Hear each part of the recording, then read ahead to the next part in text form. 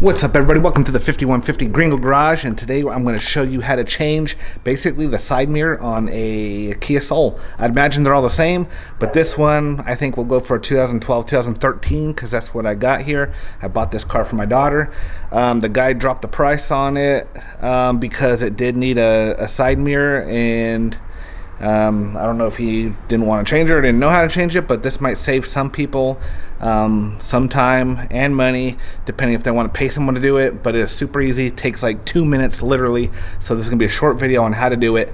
All you're gonna need is a 10mm socket, a flathead screwdriver, or a pry tool, which these you could get like at Harbor Freight or on Amazon for a few bucks.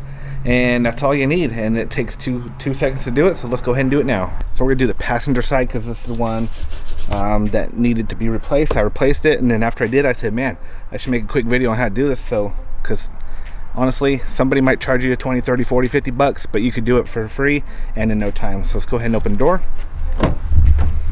Okay guys, so we are sitting in the passenger seat. I don't know if you can see right here. Let's go ahead and look over here. There is a little black panel. So right here you could use your little plastic clip tool, get in there, pop it off. Super easy. And if you do not have a little panel tool and you have a flathead screwdriver, get you a little piece of tape.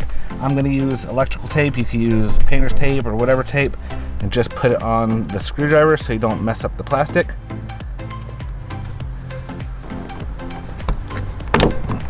Just like this. And here you will see your electrical plug. You could go ahead and there's a little clip, pop that off. So from here, after you unplug this clip, there's 3 10mm, one right here, right here, and right here.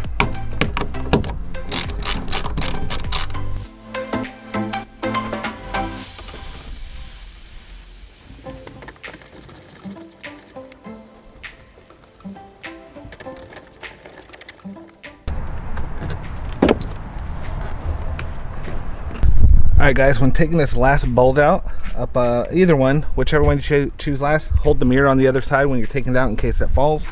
But we got those 3 bolts out, and check it out.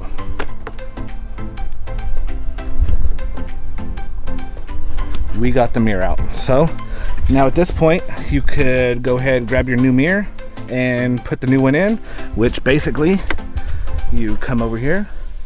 There is a little plastic tab that goes on there. Not sure what the dog's doing, but you just grab your mirror here.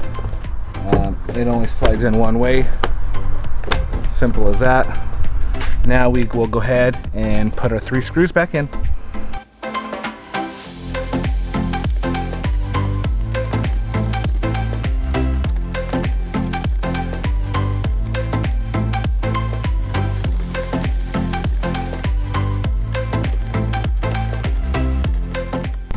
After you get all your screws in, we get our plastic cover.